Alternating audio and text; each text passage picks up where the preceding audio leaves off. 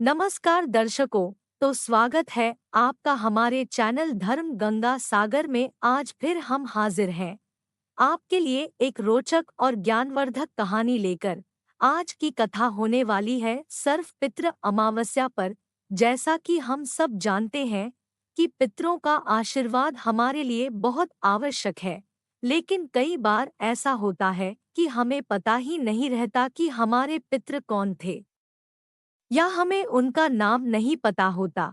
ऐसे में सर्व पितृ अमावस्या की ये कथा बहुत लाभ और उन्नति प्रदान करने वाली होती है।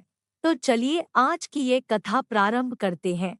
देवताओं के पितृ अग्निष्पात जो सोमपत लोक में रहते थे, उनकी एक मानस कन्या थी जिसका नाम अक्षोधा था। एक बार अक्षोधा ने 1000 वर्ष तक तपस्या की, जिससे प्रसन्न होकर देवताओं के पितृगण अग्निष्पात और महर्षिपत तथा अन्य पितृगण के साथ अक्षोधा को आशीर्वाद देने के लिए आश्विन अमावस्या के दिन उपस्थित हो गए। उन्होंने अक्षोधा से कहा कि हे पुत्री, हम सभी तुम्हारी तपस्या से बहुत प्रसन्न हैं, इसलिए तुम जो चाहो वो वर मांग सकती हो।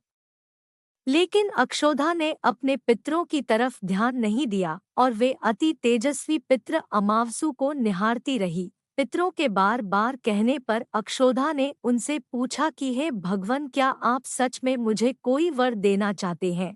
इस पर सबसे तेजस्वी पितृ अमावसु ने कहा कि हाँ अक्षोधा, वरदान पर तुम्हारा पूरा अधिकार है।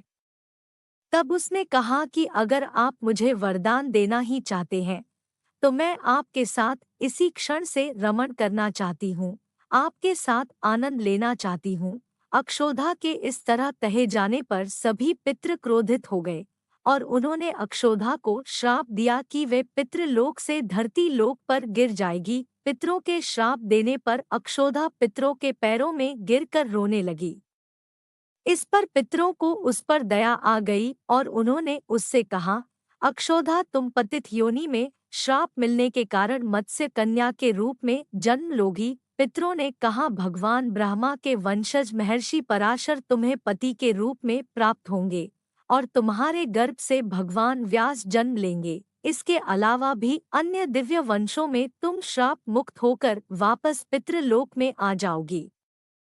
पितरों के इस तरह कहे जाने पर अक्षोधा शांत हुई। सबसे तेजस्वी पितृ अमावसु के ब्रह्मचर्य और धैर्य की सभी पितरों ने सराहना की और वरदान दिया कि यह अमावस्या की तिथि अमावासु के नाम से जानी जाएगी। जो प्राणी किसी भी दिन श्राद्ध न कर पाए, वो केवल अमावस्या के दिन श्राद्ध तर्पण करके बीते सभी दिनों का पुण्य प्राप्त कर सकते हैं और अपने पितरों को तृप्त कर सकते हैं। तभी से हर महीने की अमावस्या तिथि को सबसे ज्यादा महत्व दिया जाता है और ये तिथि सर्व पितृ तिथि के रूप में मनाई जाती है। तो दर्शकों, अगर आपको भी अपने किसी पितृ का नाम, गोत्र या तिथि नहीं ज्ञात हो तो आप अमावस्या के दिन श्राद्ध तर्पण आदि करके अपने पितरों को प्रसन्न कर सकते हैं।